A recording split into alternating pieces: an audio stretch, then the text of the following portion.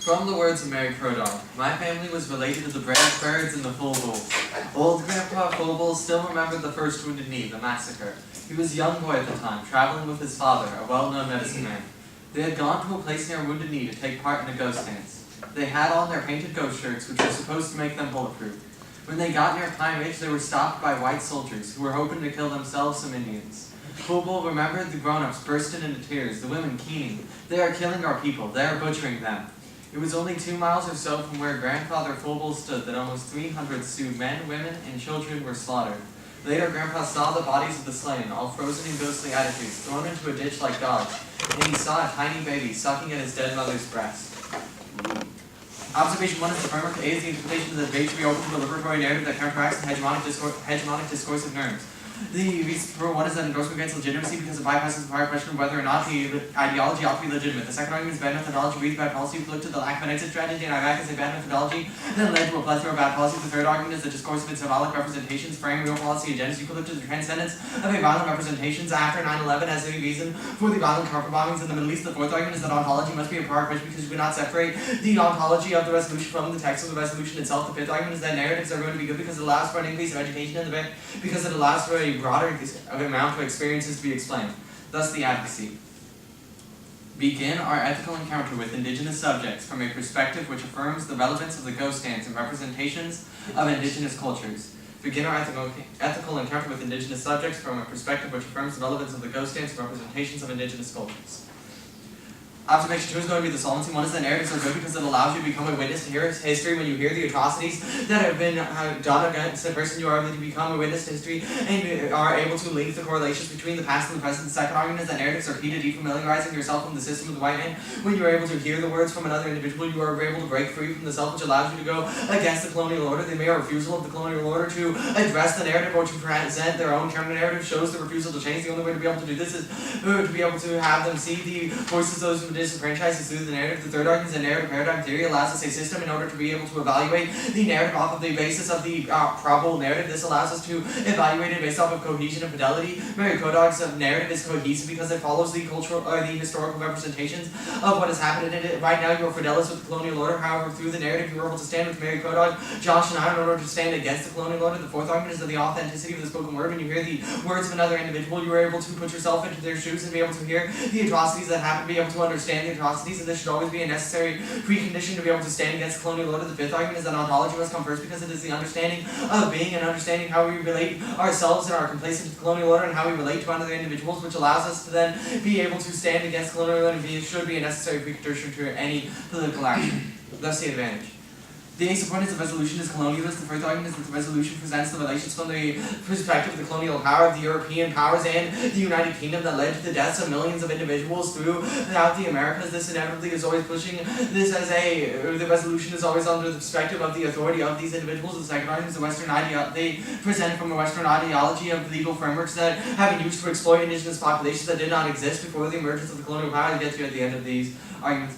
Specifically equivalent to the prejudice of the legal codes, the legality of reservations, and the way that the land was taken away from indigenous populations. They thought that it was a one-year lease type agreement. However, when they went back to get their land, they were taken to white man's courts and lost in the white man's courts, and this allowed them to legally win the land. Inevitably, these are all ways that the legal frameworks are able to abuse indigenous populations. The third argument is that the resolution allows for the authority asserted by the United Kingdom and other European powers that had been responsible for colonial acts of atrocities in the past, which inevitably pushes their authority and sees them as authoritative figures. Yes, your question.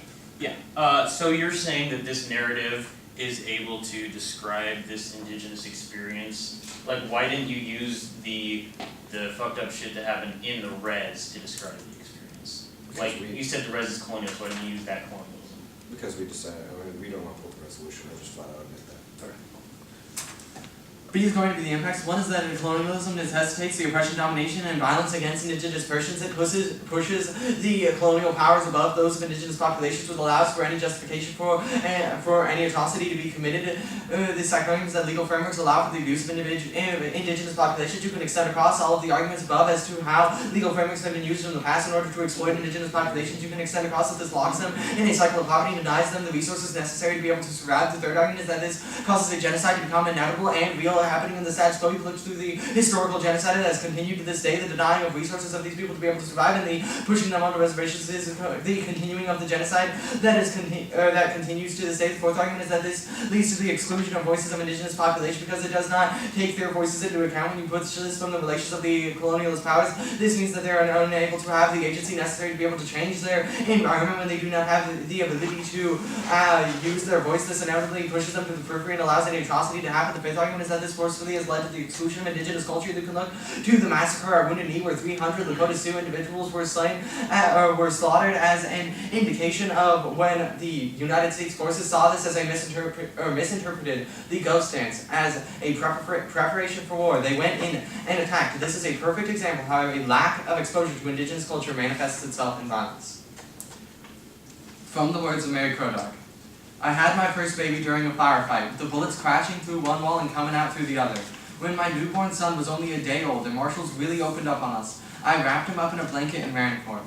We had to hit the dirt a couple of times, I shielding the baby with my body, praying, it's all right if I die, but please let him live. When I came out of Wounded Knee, I was not even healed up. They put me in jail at Pine Ridge and took my baby away. I could not nurse. My breast swelled up and grew hard as rocks, hurting badly. In 1975, the feds put the muzzles of their M16s against my head, threatening to blow me away. It's hard being an Indian woman.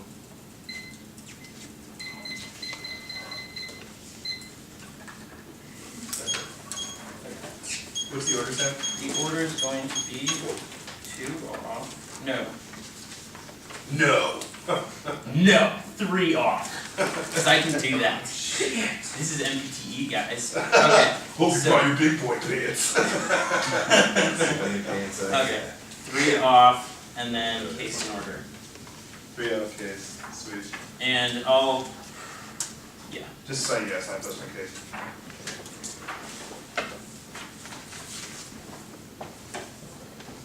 Okay, ready?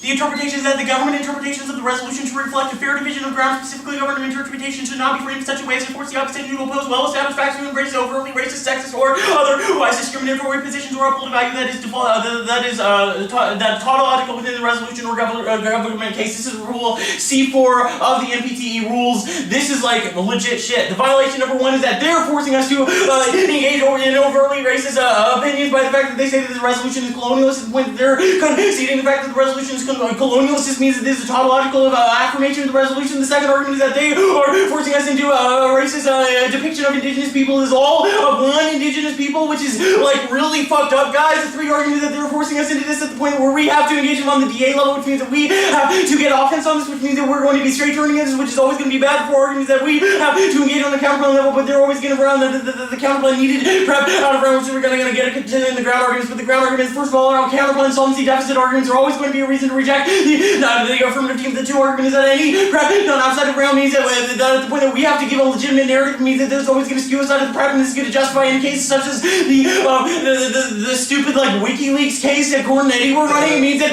we will always have prep skew at the point where we can't engage in any indigenous people's means at the point where they or say all the indigenous people are the same is always going to be bad for our prep. The four arguments is that we have this is negative ground at the point where we can critique the resolution, critique the colonialism of the resolution, which means you're stealing negative ground. The five argument is that this counteracts any solvency at the point where you say that just the fact that you're affirming this resolution is always going to be means to prefer the solvency of the argument. The next argument is under the literature. First of all, this is key to the topic specific education is key to ground. The two argument is that fuck, sorry. You can pause time. Okay.